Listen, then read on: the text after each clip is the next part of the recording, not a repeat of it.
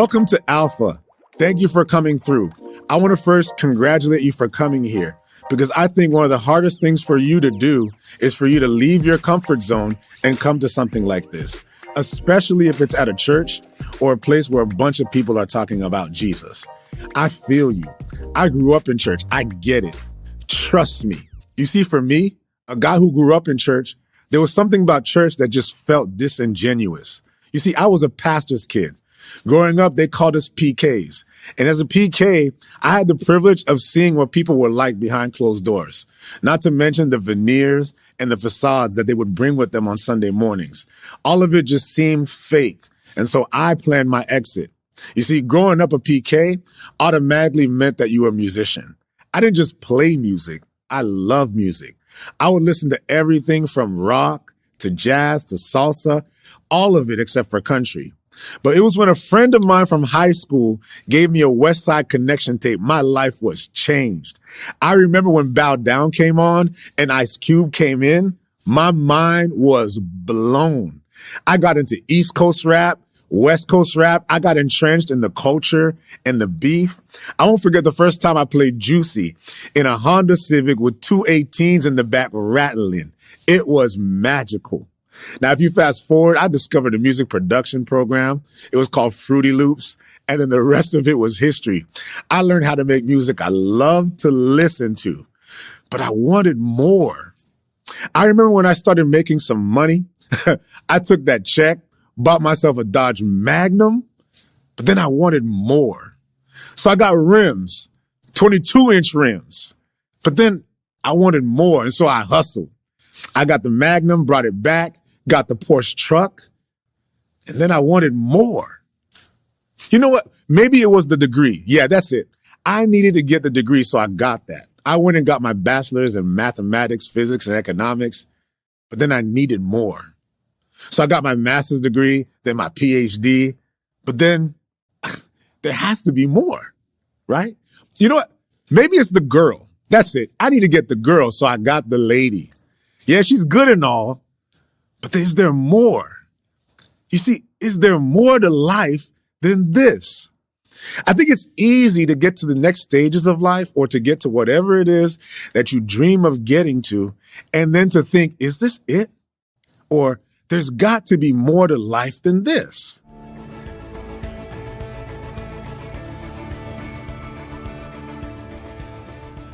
Whoa, that's a big one. If there really is a God, and I was able to ask one question, why I wasn't dunking when I was 10 years old? That's a good one. What's next? That'd be my question. I'll probably ask me the winning numbers on the lottery number, probably. So I can go and retire. What's heaven like? I'd probably ask him, what is he scared of? I don't think I would ask God a question because I don't want to know. What happens when I die? Can I come back? Why couldn't my parents stay together when I was a kid? How did I get on this path that I'm on? What their plan was for all this and whether or not we lived up to it. Am I doing this right? How'd I do? How'd I do? That's what I'd ask. How'd I do? If what I'm doing is kind of like aligned with my purpose in life, I would ask God, are we cool? I guess the ultimate question would be why? Why this and not nothing? Why do bad things happen to good people? Why the struggle? I would ask him why he made life so hard sometimes. Bernard Levin, who was one of the great columnists of the last century, he wasn't a Christian, so much so that one time he wrote, for the 14,000th time, I am not a Christian. But this is what he wrote. He said, countries like ours are full of people who have all the material comforts they desire, together with such non-material blessings as a happy life, and yet lead lives of desperation, understanding nothing but the fact that there's a hole inside of them, and however much food and drink they pour into it, however many motor cars and television sets they stuff it with, however many well-balanced children and loyal friends they parade around the edges of it, it aches. You see, what was really going on with me was there was this kind of hole, this sort of spiritual hunger that I had inside. So when Jesus said, I am the bread of life, he was using a metaphor. He was saying, I'm the one who satisfies your spiritual hunger.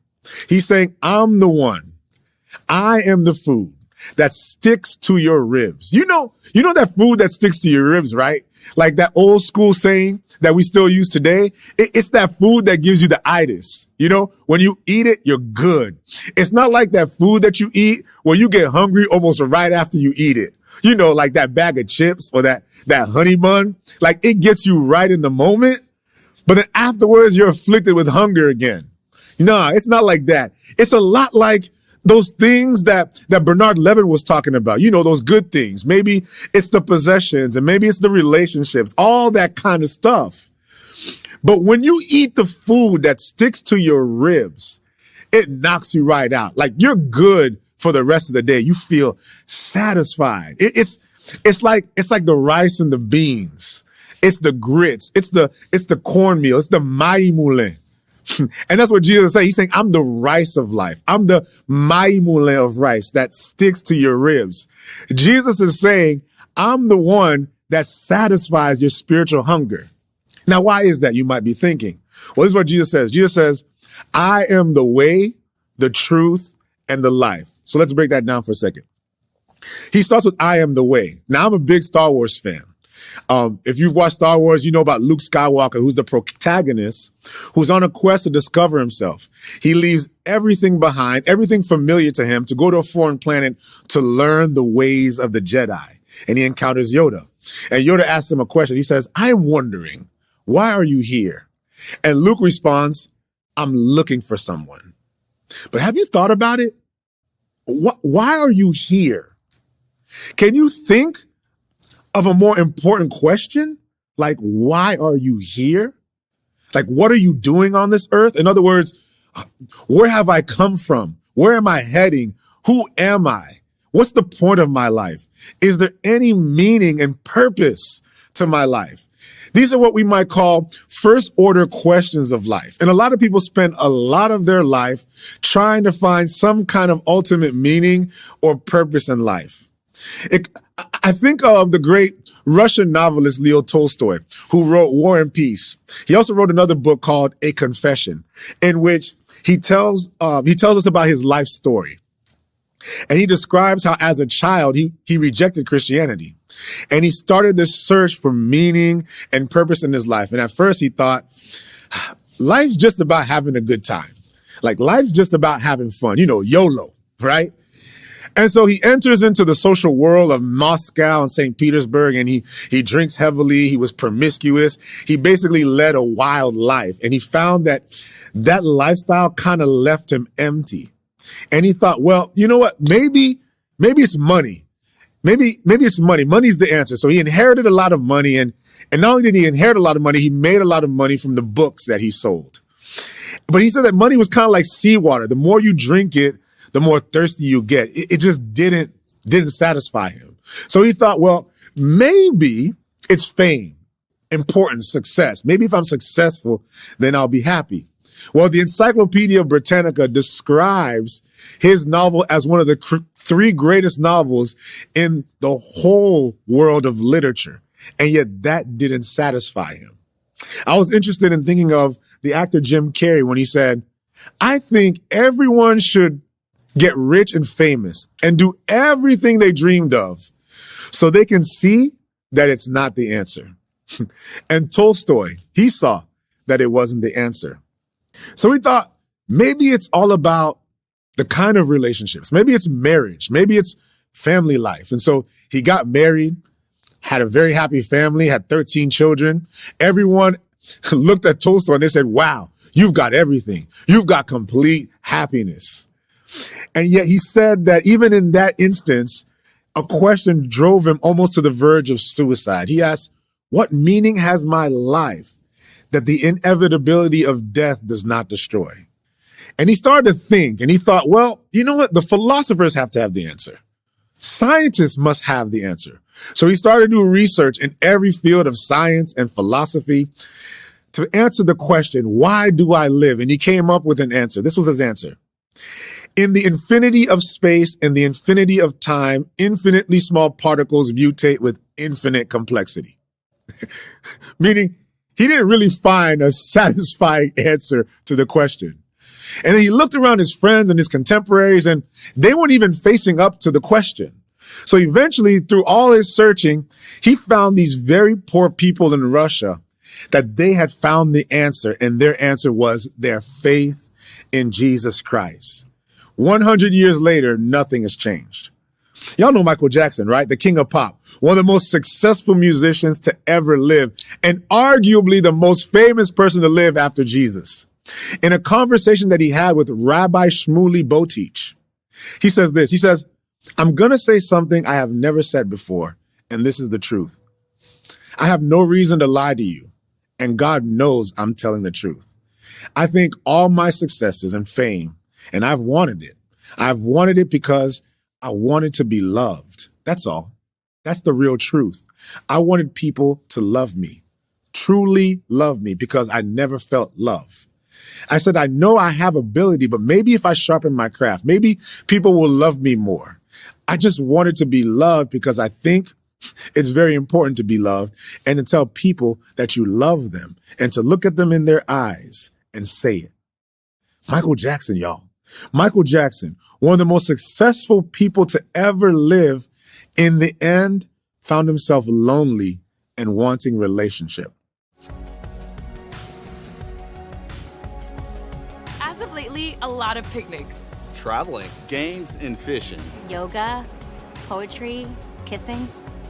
Love fishing. Skateboarding. Basketball. Basketball makes me happy.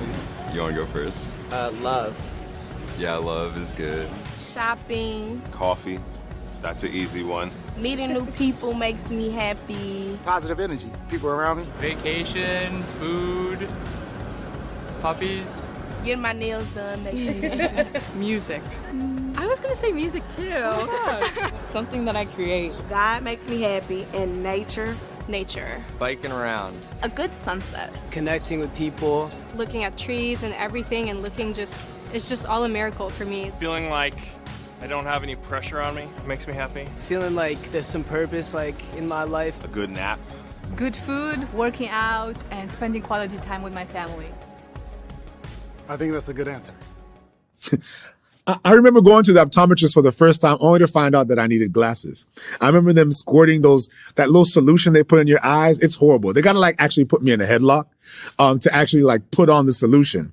And I remember afterwards they put this contraption in front of your face for you to look through, and you read the letters to determine your capacity to see and the prescription if you needed it. And I remember coming back to the office to pick up my glasses and putting them on for the first time. And as I put them on, it was like looking into a whole new world. Whole new world. It was like looking into a whole new world. I saw the leaves on trees. I saw the cracks on streets. It's like I'd never seen it. It was for the first time I was really seeing. That's kind of the difference that Jesus makes. When you see the world through Jesus, you see the world in a whole new way. C.S. Lewis said this. He said, I believe in Christianity as I believe that the sun has risen, not only because I can see it, but by it, I see everything else. And to me, it's like Jesus is the lens through which we see God. He's the way to God. Also, he's the lens by which we see the world in a totally different dimension and clarity. That's what Jesus meant when he said, I am the way. But Jesus also says, I am the truth. You can say, well, that's great. If this relationship with Jesus gives you any kind of meaning and purpose in your life, then that's great for you. But it's not for me. Logically, my response to that is logically that can't be the case, because if it is true, it's true for everyone. And if it's not true, then it's not great for me. So it really matters whether or not it's true. Again, C.S. Lewis puts it this way. He says, Christianity is a statement which, if it's false, is of no importance. But if it's true, is of infinite importance. The one thing that it can't be is of moderate importance. So this is the question. Is it true? Well, we're going to talk about this in more detail in the weeks to come as we journey through Alpha. But I'll tell you this, I'm no expert, but the evidence for Jesus is compelling. You'd be astonished by how much evidence there is for the life and the death and the resurrection of Jesus Christ. Yes, there are many highly intelligent atheists and agnostics, and those people who don't believe or who doubt whether or not God exists. But there are just as many highly intelligent people who have looked at the evidence and have come to the conclusion that it is true. One former professor of modern history at Oxford University described the resurrection as the best attested fact in history.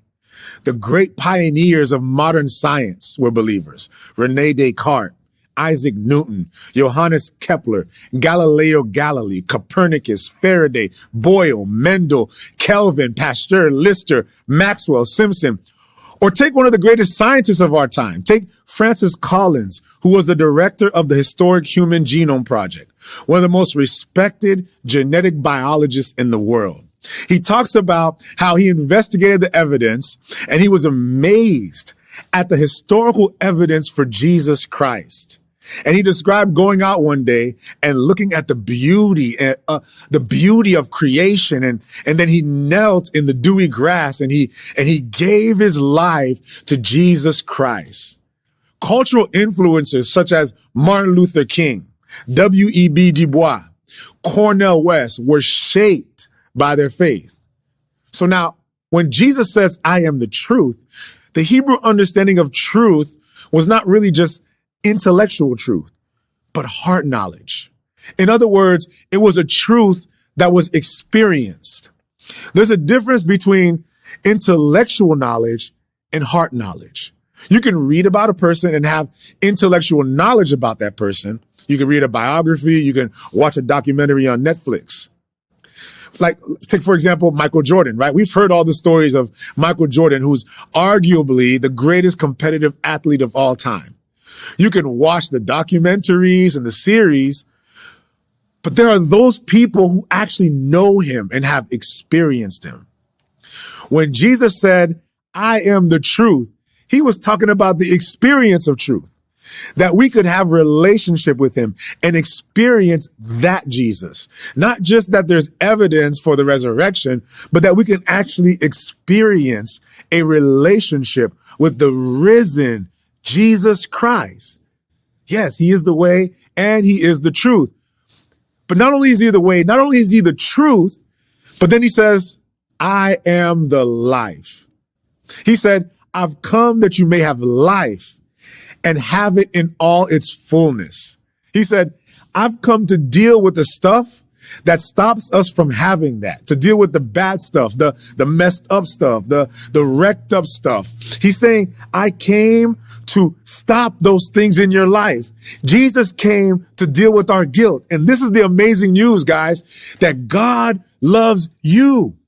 It's the most important thing to take away from this course as you go through it, that you are loved. And he came in the person of his son, Jesus Christ, to die on the cross for you and for me. He took our guilt, our bad stuff. He took our place, your place, so that you can be free to enjoy the fullness of life. That's not to say that the Christian life is easy. It's hard. But this is the one thing I can tell you about the Christian life. It's that the Christian life isn't irrelevant. It isn't boring. It's not untrue. As a matter of fact, it's the most important thing you can ever do. And it's really exciting, y'all. I believe that not only is it true, it's relevant for our lives and those around us. Jesus is really the bread of life. He's the one who gives us meaning. He's the one who gives us purpose. He's the one who satisfies our hunger. Guys, there's so much to explore. And I want to encourage you to discuss, to have conversations about this. This is a really exciting thing for you to do and for me to see that you do, that you journey in this, to discover who Jesus is, that he is the way, he is the truth, he is the life. And this relationship you can have with Jesus and to have a life in all of its fullness. Look forward to the conversations. God bless you.